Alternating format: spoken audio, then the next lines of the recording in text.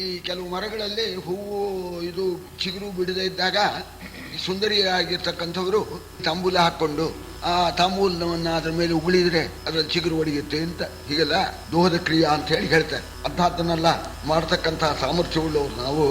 ನೀವೇನ್ರಿ ಶಾಪ ಕೊಟ್ಟು ನಮ್ಮನ್ನ ಹೆದರಿಸ್ತೀರಾ? ಕೊಡ್ರಿ ಶಾಪನ ನೋಡ್ಬಿಡ್ತೀವಿ ಅಂತ ಹೇಳಿ ಹೀಯಾಳಿಸ್ತಾ ಇರೋಣ. ಆ ಋಷಿಗಳು ಒಳ್ಳೆ ಗ್ರಹಚಾರ ಬಂತಪ್ಪ ಅಂತ ಹೇಳಿ ಆಶ್ರಮ ಬಿಟ್ಟು ಓಡೋಗ್ಬಿಟ್ರು. ಪಾಂಡವರಿಗೆ ಹೋಗಿ ಸಮಾಚಾರ ತಿಳಿಸೋಣ ಅಂತ ಹೊರಟೋದು. ಹೋಗೋಣ, ಇವರಿಗೆ ಖುಷಿಯಾಗ್ಬಿಡ್ತು, ನಮ್ಮನ್ನು ನೋಡಿ ಹೆದರ್ಕೊಂಡು ಹೋಗ್ತಾ ಇದ್ದಾರಲ್ಲ ಅಂತ. ಹಾಗೆ ಅರಣ್ಯದಲ್ಲಿ ತಿರುಗಾಡ್ಕೊಂಡು ಬರ್ತಾ ಇದ್ದಾರೆ. ಏನು ಸರ್ವಾಲಂಕಾರ ಭೂಷಿತರಾಗಿದೆ. ತಿರುಗಾಡ್ಕೊಂಡು ಬರ್ತಾ ಇದ್ರೆ ಮಹಾಸಾಧ್ವಿ ಆಗಿರ್ತಕ್ಕಂಥ ದ್ರೌಪದಿ ತನ್ನ ಪಾಡಿಗೆ ತಾನು ಒಂದು ಕೊಡ ತಗೊಂಡು ಸರೋವರಕ್ಕೆ ನೀರು ತರಬೇಕು ಅಂತ ಹೊರಟರು. ಈ ವೇಷಾಸ್ತ್ರೀಯರು ಸರ್ವಾಲಂಕಾರ ಭೂಷಿತರಾಗಿ ಹೋಗ್ತಾ ಇದ್ದಾರಲ್ಲ, ಆ ದ್ರೌಪದಿಯನ್ನು ನೋಡ್ಬಿಟ್ಟು ತಮ್ಮಲ್ಲೇ ಮಾತಾಡ್ಕೊಳ್ಳೋದು ಕುಚೋದ್ಯವಾಗಿ. ಈಕೆ ಪಾಂಡವ ಸತಿ ಕಣ, ಈಕೆ ಪಾಂಡವ ಸತಿ ಕಣ, ತೆಗೆ ಈಕೆಯತಿ ದಾರಿದ್ರ ಮಾನುಷೇ, ಈಕೆಯಲ್ಲ ಒಳಗಿಗನು ರಾಣಿ ವಾಸವೆಂಬರಲೇ, ಈಕೆಯಹುದು ಅಲ್ಲ ಇದಕ್ಕೆ ಪಣವೇನು, ಈಕೆ ಬಣಗ ಕಟ ಎಂದು ಕಾಂತಾನೀಕ ತಮ್ಮೊಳು ನುಡಿಯುತ್ತಿದ್ದುದು ತೋರಿ ಬೆರಲಿನಲ್ಲಿ. ದ್ರೌಪದಿಯನ್ನೇ ಉದ್ದೇಶ ಮಾಡಿಕೊಂಡು ಹೀಯಾಳಿಸೋದು, ಬೆರಳಿಂದ ತೋರಿಸ್ತಾ ಒಬ್ಬಳಲ್ಲಂತೆ, ಇವಳೇನೇ ಇಲ್ಲಿ ಬರ್ತಾ ಇದ್ದಾರಲ್ಲ, ಇವರೇ ಪಾಂಡವರ ಪತ್ನಿ ಅಂತ. ಈ ಬಡಮುತ್ತ ಇದೆ, ಇವಳಲ್ಲ. ಆಶ್ರಮದ ಒಳಗೆ ಪಾಂಡವರು ರಾಣಿವಾಸು ಅಲ್ವೇ, ರಾಣಿವಾಸವರು ಹಾಗಲ್ಲ ಈ ರೀತಿ ಬಂದ್ಬಿಡ್ತಾರಿಯೇ ಅನ್ನೋಣ. ಇಲ್ಲ ಇವಳಲ್ಲ. ಇವಳಾದ್ರೆ ಏನ್ ಜೂಜು, ಗೊತ್ತಿದ್ದು ಇವಳೇ ದ್ರೌಪದಿ ಗೊತ್ತಿದ್ದು ಮಾತಾಡೋದು, ಇವಳಲ್ಲ ಏನ್ ಜೂಜು ಅಂತ ಹೇಳಿ ಆ ದ್ರೌಪದಿಯನ್ನು ನೋಡ್ತಾ ಹೀಯಾಳಿಸ್ತಾ ಕುಚೋದ್ಯ ಮಾಡ್ತಾ ಇದ್ದಾರೆ. ಆಗ ದ್ರೌಪದಿ ಬಹಳ ಸಂಕಟಪಟ್ಟಲಂತೆ. ಇದರ ಫಲಾನ ನೀವು ಜಾಗ್ರತೆ ಅನುಭವಿಸಿರಿ, ಸಂಕಟಪಟ್ಟಿದ್ದಾರೆ. ಸರಿ, ಈ ಋಷಿಗಳು ಹೋಗಿ ಅಲ್ಲಿ ಪಾಂಡವರ ಪರ್ಣಶಾಲೆಗೆ ಹೋದ್ರು. ಅಲ್ಲಿ 5 ಜನ ಪಾಂಡವರು ಕೂಡ ಕೂತಿದ್ದಾರೆ. ಈ ಋಷಿಗಳು ಹೋಗಿ ಹೇಳಿದರಂತೆ, ಮಹಾರಾಜ, ಇದುವರೆಗೆ ನಮಗೆ ಆಶ್ರಯ ಕೊಟ್ಟಿದ್ದೆ, ಸುಖವಾಗಿ ನಾವು ಇಲ್ಲಿ ನಮ್ಮ ಹೋಮ ಹವನ ಮಾಡಿಕೊಂಡು ಅಗ್ನಿಹೋತ್ರ ಮಾಡಿಕೊಂಡು ಇದ್ವಿ. ಇವತ್ತಿಗೆ ಮುಗೀತು, ನಮ್ಗೆ ಅಪ್ಪಣೆ ಕೊಡು. ಅಪವಿತ್ರವಾಯ್ತು, ಬಂದ್ಬಿಟ್ರು, ನುಗ್ಗಿಬಿಟ್ರು, ಸುಕ್ಕು ಸುವ ಎಲ್ಲ ಮುಟ್ಬಿಟ್ರು. ಆಮೇಲೆ ತಾಂಬೂಲದ ರುಚಿ ನೋಡು ಅಂತ ನಮ್ಮ ನಾರ್ ಬಟ್ಟೆ ಒಳಗೆ ತಾಂಬೂಲದ ರುಚಿ ನೋಡಿ ಅಂತ ಅದು ಕೂಡ ಕಟ್ಟಿದ್ರು, ಹಾಕೊಳ್ಳಿ ಅಂತ. ಹೀಗೆಲ್ಲ ಮಾಡಿದ್ರು, ಎಲ್ಲ ಅಪವಿತ್ರವಾಯ್ತು, ನಾವಿನ್ನು ಇಲ್ಲಿ ಇರೋದಿಲ್ಲ. ಬಳಿಯಲೈರಿತು ಮುನಿಗಳು ಇವರು ಪಟಲವ ನರಸಂಗರುಹಿದರು, ವ್ಯಗ್ಗಳಿಸಿ ಭೀಮಂಗೆಂದರು ಎಂದರರ್ಜುನ ಯಮಳರಿದಿರಿನಲಿ. ಉಳಿದರೆ ಈವನ ವಿಟಾಳ ಪ್ರಳಯವಾದುದು, ಕಾನನಾಂತರ ನಿಲಯದಲ್ಲಿ ನಿಲ್ಲಿಸೆಮ್ಮನು ಎಂದುದು ಸಕಲ ಮುನಿ ನಿಗರ.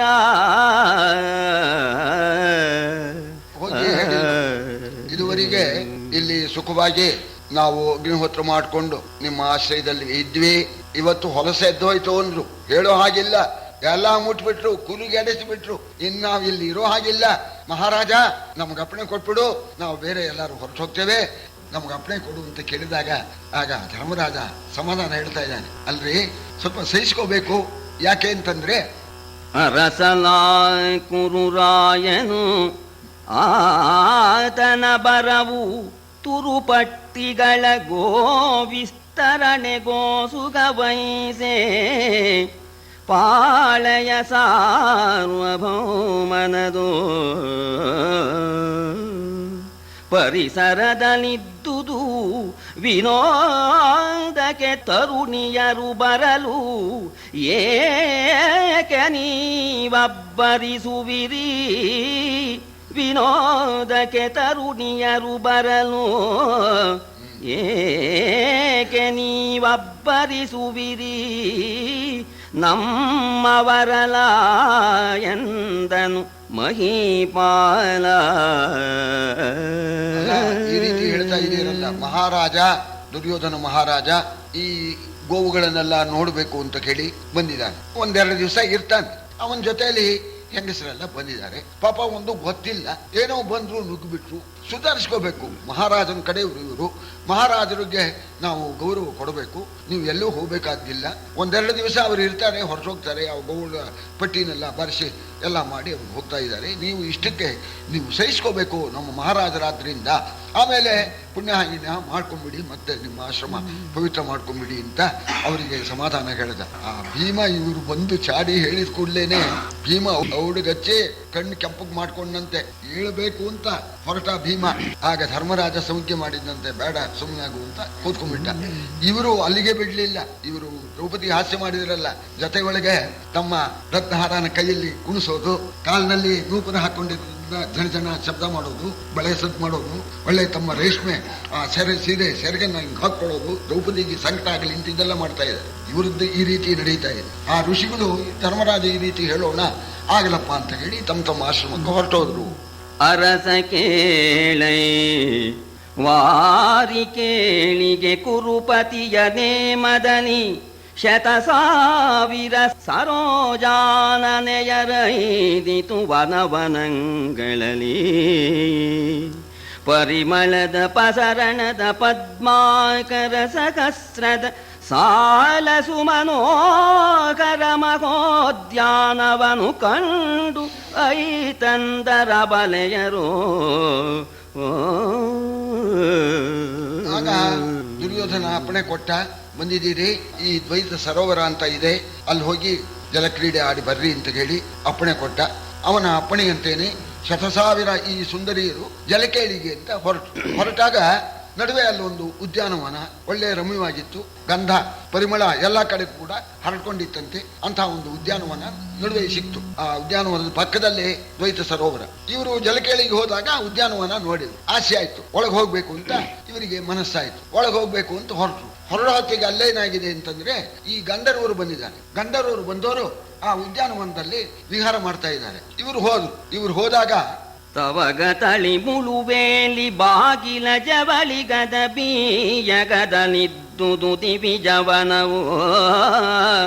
ಉದ್ದಂಡ ತಳ ಪರಿಮಳದ ಪೂರದಲ್ಲಿ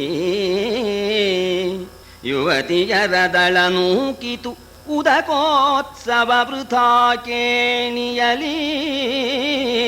ಯುವತಿಯರದಳ ನೂಕಿತು ಉದಕೋತ್ಸವ ವೃಥಾ ಕೇಳಿಯಲಿ.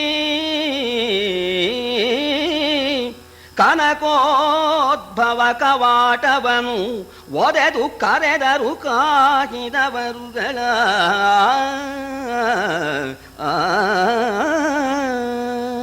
ಆ ಉದ್ಯಾನವನಕ್ಕೆ ಈ ಗಂಧರ್ವರು ತಂತಿ ಬೇಲಿ ಹಾಕ್ಬಿಟ್ಟಿದೆ.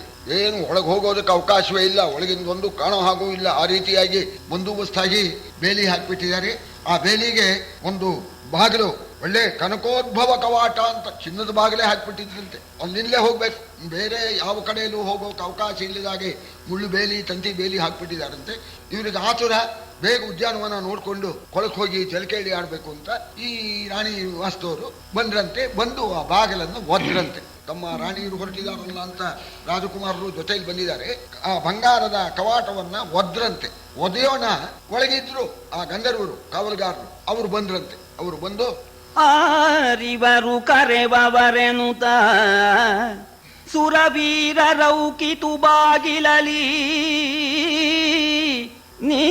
ನೀವಾರೆನನು ತೆಗೆ ಕದವನು ಅರಿಯ ರಾಯನರ ಮನೆಯ ವಾರನಾರಿಯರು.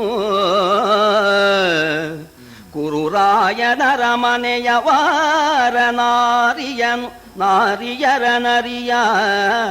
ಅವನಿಪತಿಯ ಕುಮಾರರಿದೆ ಬೇಗವರು ಸರಸಿಯ ವಾರಿ ಕೇಳಿಗೆ ಬಂದೆವು ಎಂದರು ಗಜರಿ ಗರ್ಜಿಸುದ. ಬಾಗಿಲನ್ನ ಒದ್ದು ಯಾರೇ ಅವರು ಅಂತ ಕೂಗಿದ್ರು.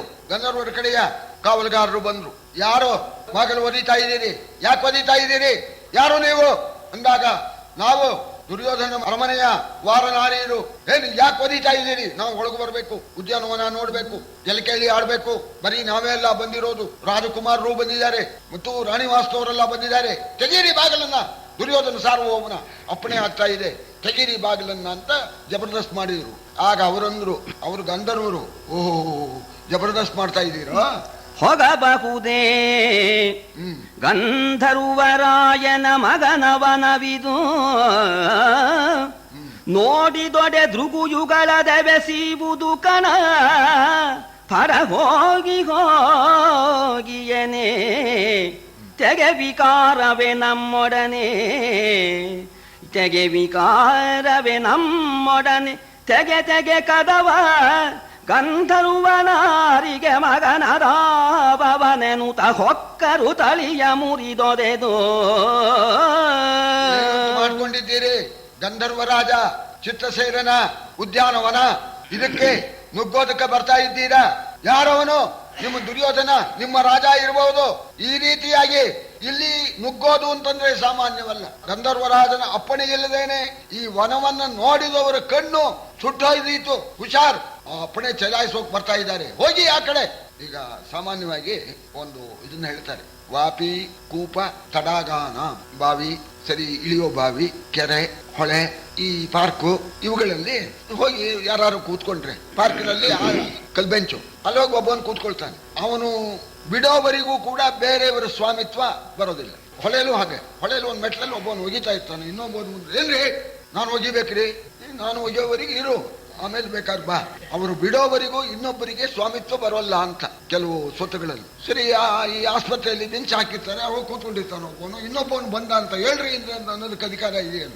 ಇದು ಹೀಗಿರ್ತಕ್ಕಂಥದ್ರಲ್ಲಿ ಈ ದುರ್ಯೋಧನ ಕೂತ್ಕೊಂಡು, ಅದು ದುರ್ಯೋಧನ ಕಡೆ ವಾರನಾರಿಯರು ತೆಗೆಯೋ ಬಾಗಲ, ನಮ್ಮ ಮಹಾರಾಜರು ಅಪ್ಪಣೆ ಕೊಟ್ಟಿದ್ದಾರೆ ಅಂದ್ರೆ ಅವ್ರು ಬಿಟ್ಕೊಡ್ತಾರೆ. ಅವರು ಓಹೋ ನಿಮ್ಮ ಮಹಾರಾಜರು ಹೇಳಿಬಿಟ್ರು ಅಂತ ಬಾಗಿಲು ತೆಗಿಬೇಕಾ?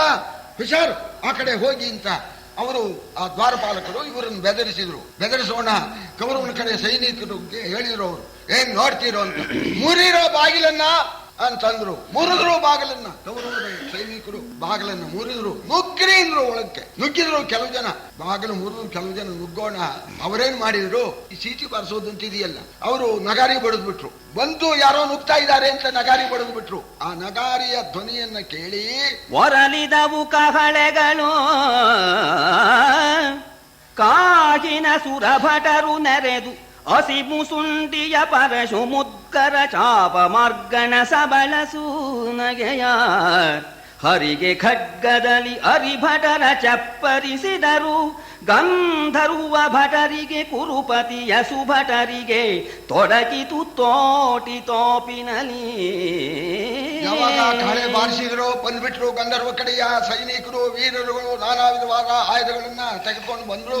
ಈ ಕೌರವ ಸೈನ್ಯವನ್ನ ಆಕ್ರಮಣ ಮಾಡಿದ್ರು. ಹೊಡೆದಾಟ ಪ್ರಾರಂಭವಾಯ್ತು.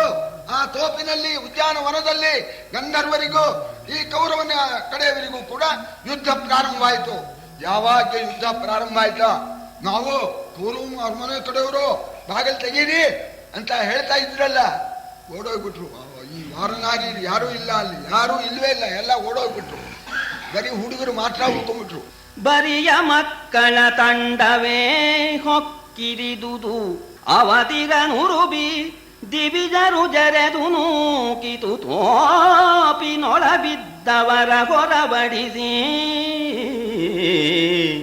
ಮುರಿದು ತಳಿಗಳ ಬಲಿದು ಬಾಗಿಲ ಹೊರಗೆ ನಿಲ್ದರು. ವಾರಿ ಕೇಳಿಯ ಮರೆದು ಶೋಣಿತ ವಾರಿ ಕೇಳಿಗೆ ಬನ್ನಿ ನೀವು. ವಾರಿ ಕೇಳಿಯ ಮರೆದು ಶೋಣಿತ ವಾರಿ ಕೇಳಿಗೆ ಬನ್ನಿ ನೀವೆನುತ.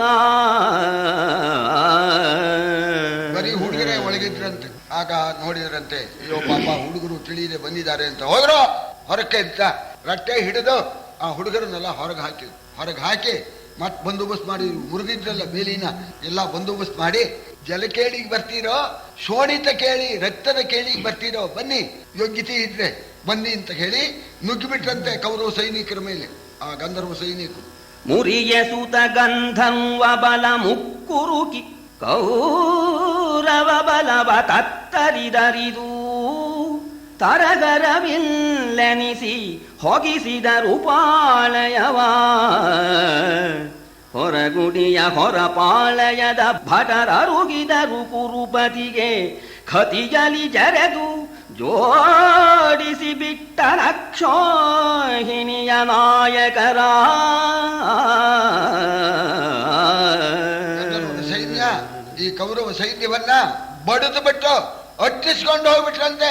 ಎಲ್ಲಿವರೆಗೆ ಡೇರೆ ಇರೋವರೆಗೂ ಒಟ್ಟಿಸ್ಕೊಂಡು ಹೋಗ್ರಂತೆ. ಇವರೆಲ್ಲ ಡೇರೆ ಒಳಗೆ ಹೋಗಿ ಅಡ್ಕೊಂಡ್ಬಿಟ್ರಂತೆ. ಅಲ್ಲಿವರೆಗೂ ಓಡಿಸ್ಬಿಟ್ರಂತೆ. ಈ ವರ್ತಮಾನ ದುರ್ಯೋಧನಿಗೆ ಹೋಯ್ತು. ದುರ್ಯೋಧನಿಗೆ ಹೋಗೋಣ, ಹೊಡೆಸ್ಕೊಂಡ್ಬಂದ್ರ ಗಂಧರ್ವರ ಕಡೆಯವರಿಂದ ಅಂತ ಹೇಳಿ ಅವರನ್ನೆಲ್ಲ ಬೈದು ತನ್ನ ಸೈನ್ಯಕ್ಕೆ ಹೋಗರು ಅಂತ ಹೇಳಿ ಅಪ್ಪಣೆ ಕೊಟ್ಟ. ಸೇನಾಪತಿ ಸೈನ್ಯ ತಗೊಂಡು ಬಂದ. ಈಗ ಅವ್ರ ಕೈ ಮೇಲಾಯ್ತು, ಕೌರವನ ಕಡೆ ಕೈ ಮೇಲಾಯ್ತು. ಈ ಗಂಧರ್ವರ ಈ ಸೈನ್ಯವನ್ನ ಬಡಿದು ಬಿಟ್ಟು ಒಳಗೆ ನುಗ್ಗಿಬಿಟ್ರಂತೆ. ಒಳಗೆ ನುಗ್ಗಿ ಉದ್ಯಾನ ವನವನ್ನೆಲ್ಲ ಪುಡಿ ಪುಡಿ ಮಾಡಿ ಧ್ವಂಸ ಮಾಡಿಬಿಟ್ರಂತೆ. ಧ್ವಂಸ ಮಾಡೋಣ, ಗಂಧರ್ವರು ಕೈ ಬಿದ್ದೋಯ್ತು. ಹೋಗಿ ಚಿತ್ರಸೇನಿಗೆ ಹೋಗಿ ಹೇಳಿದ್ರಂತೆ ಈಗ ಆಯ್ತು ಅಂತ. ಆಯ್ತಾ, ಬಡಿಸ್ಕೊಂಡ್ ಬಂದ್ರ ಗಂಧರ್ವರು ಮನುಷ್ಯರ ಹತ್ರ ಮರ್ತ್ಯರ ಹತ್ರ ಬಡಿಸ್ಕೊಂಡ್ ಬಂದಿದ್ದೀರಿ, ನಿಮ್ಗೆ ನಾಚಿಕೆ ಇಲ್ವೇ? ಅವರು ಮರ್ತ್ಯರು ನಮ್ಮದ ಕಡಾದಿವಿಜರು ಈ ವಿಧಿಯಾದುದೇ ಕವಿ ಕವಿಯನುತ ಬೇಗವರಿಗಿತ್ತನು ರಣಕ್ಕೆ ವೀಳಯವ. ಗವಿಯ ಗರುವರು ಗಾಡಿಸಿತು ಮಾನವರ ಮುರುಕಕ್ಕೆ ಮುರಿದು ದೀಸುರನಿವಗ ಸುಡಲಾಗವನು ಎನ್ನುತ್ತ ಐದಿದರು ಸೂಟಿಯಲಿ.